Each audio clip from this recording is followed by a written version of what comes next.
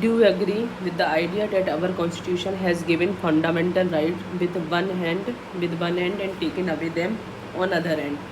देखो, fundamental rights can only be those rights that are exercised not just in the interest of individual but also in the interest of whole world. Mahatma Gandhi.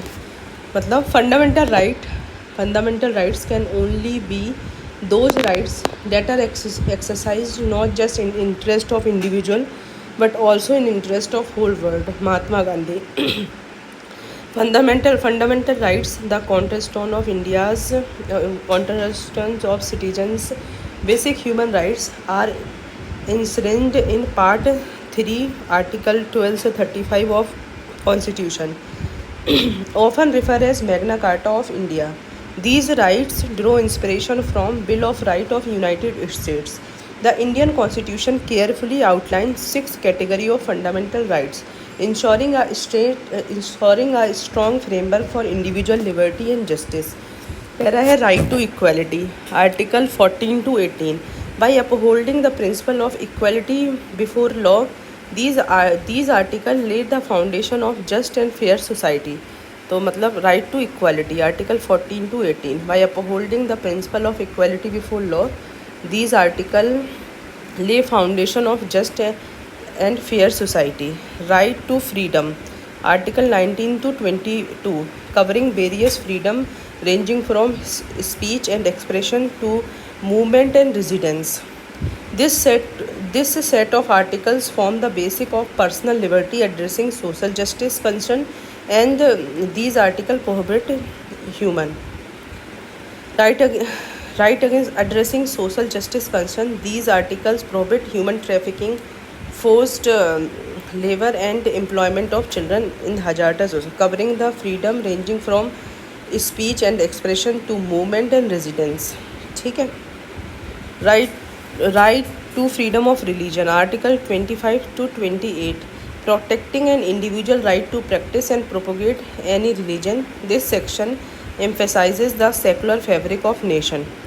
Cultural and educational rights, article 29 and 30, recognizing the diversity of India. These article protects the right of minorities to preserve their distinct character, culture, and to establish educational institution. Right of constitutional remedies, article 32, often considered the heart and soul of fundamental rights. Article 32 gives citizens the right to seek judicial remedies against violation of their rights. Yes, I agree that our constitution has granted fundamental rights with one hand and taken away them on other hand. The reason of this are given below. देखो, सबसे पहला है reasonable restriction, balancing six freedom under article 19 sub clause 1. The constitution balances the six freedom under article 19 sub clause 1 by incorporating reasonable restriction article 19 sub clause 2 से article 19 sub clause 5. These restrictions necessary for national security, public order, demonstrate a pragmatic approach. These restrictions necessary for national security and public order and demonstrate a pragmatic approach. For example, curbing the freedom of movement may be necessary to maintain public order and protect the interest of scheduled tribe. मतलब curbing the freedom, देखो article 19 के sub clause 1 में हमें freedom देते हैं, लेकिन reasonable restrictions कहाँ impose होता है? आर्टिकल 19 के सब क्लॉज 2 से आर्टिकल 19 के सब क्लॉज 5 तक. These restrictions necessary for national security, public order, demonstrate a pragmatic approach. ठीक है. For example, curbing the freedom of movement may be necessary to maintain public order and protect the interest of tribal communities. ठीक है. Religious freedom subject to condition. The right to religious freedom under article 25 to 28 operates within the limit of public order, morality, health, and other fundamental rights. An example of this is the permissible restriction on the use of loudspeaker for religious purposes in areas near sensitive institution like heart hospital. ठीक है, तो 19 की बात कर लेंगे इसमें, reasonable restriction में, और रिलीजियस फ्रीडम की बात कर लेंगे। अब है recognising exception to fundamental rights, जैसे immunity for president, parliament and diplomats.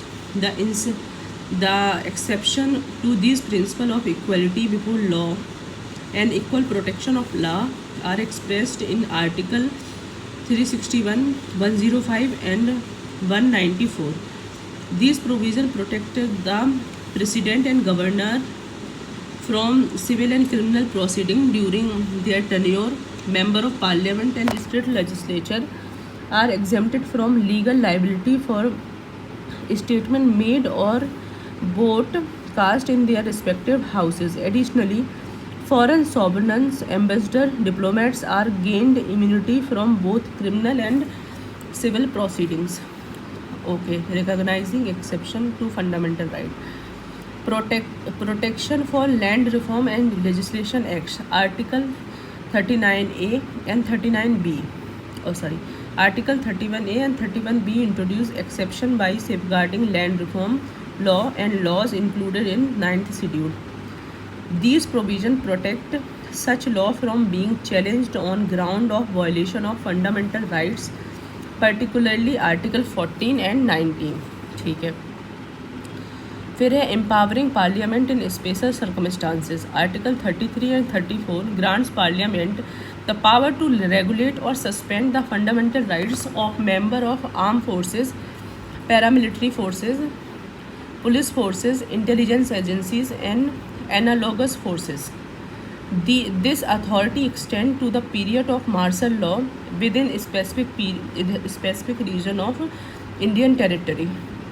These provisions emphasize the recognition of special circumstances where curtailment of fundamental right may be deemed necessary.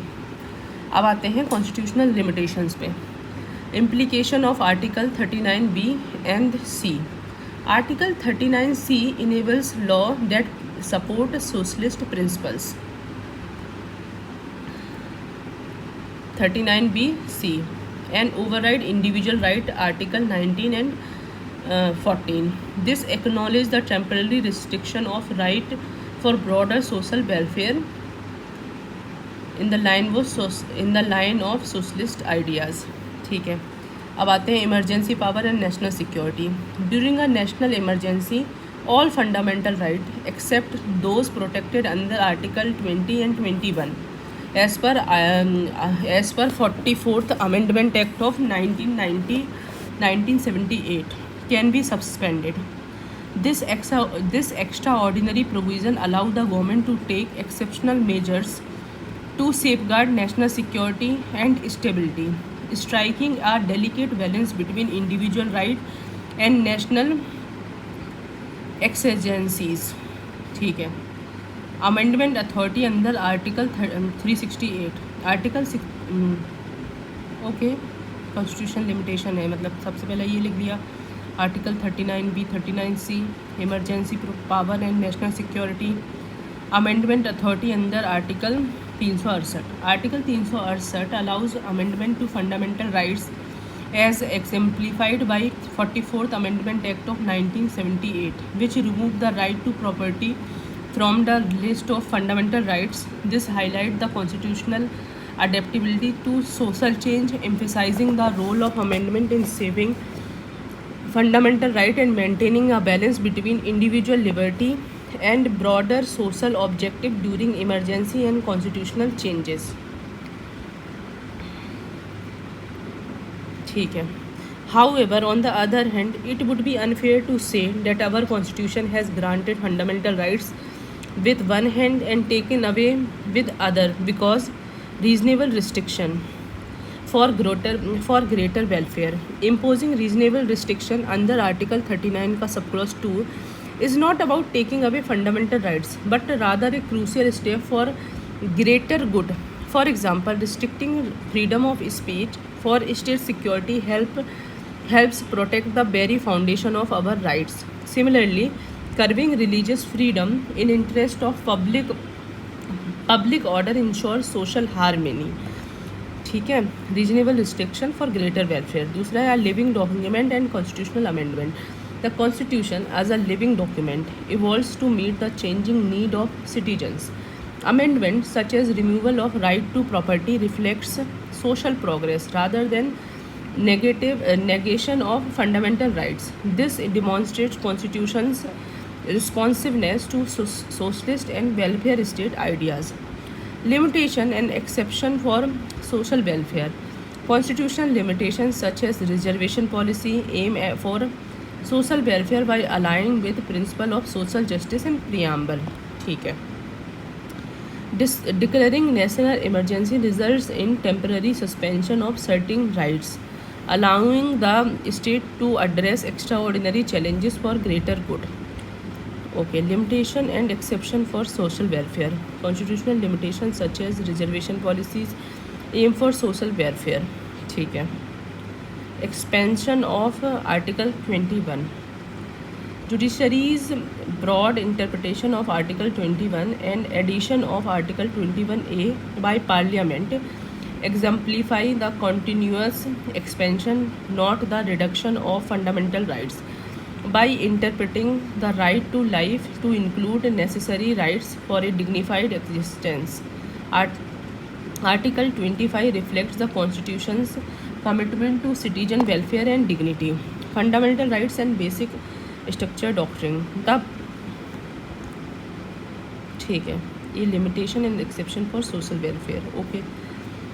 The basic structure doctrine strengthening the integrity of fundamental rights including the right to constitutional remedies and right to life. Designating these rights as a part of Constitution's basic structure ensured their inviolability and underscore their fundamental importance in constitutional framework. Conclusion. India recognizes human rights as essential for individual and national progress. The original constitution enshrined these rights, and the country continued to adapt them according to evolving need.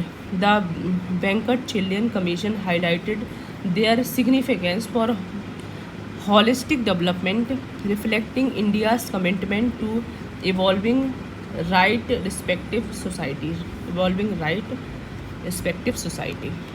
ठीक है. अब आते हैं type of writs in India. Writ jurisdiction ensure that rule of law prevail over arbitrariness. Justice PR Krishna Iyer. मतलब rule of law prevail होना चाहिए, आर्बिट्रीनेस नहीं. Writ are constitutional remedies issued by court to protect fundamental right and ensure justice. Under Article 32 and 226 of Indian Constitution, Supreme Court and High Court can issue writs respectively. Type of writs. Habeas corpus, to produce the body, used to protect personal liberty against unlawful detention. ठीक है. For example, Rudal Shah versus state of Bihar. In 1983, Supreme Court ordered compensation for illegal detention. Rudal Shah versus state of Bihar 1983. Recent case Arnav Goswami versus State of Maharashtra. The Supreme Court ordered immediate release upholding personal liberty. ठीक है. Habeas corpus. Mandamus.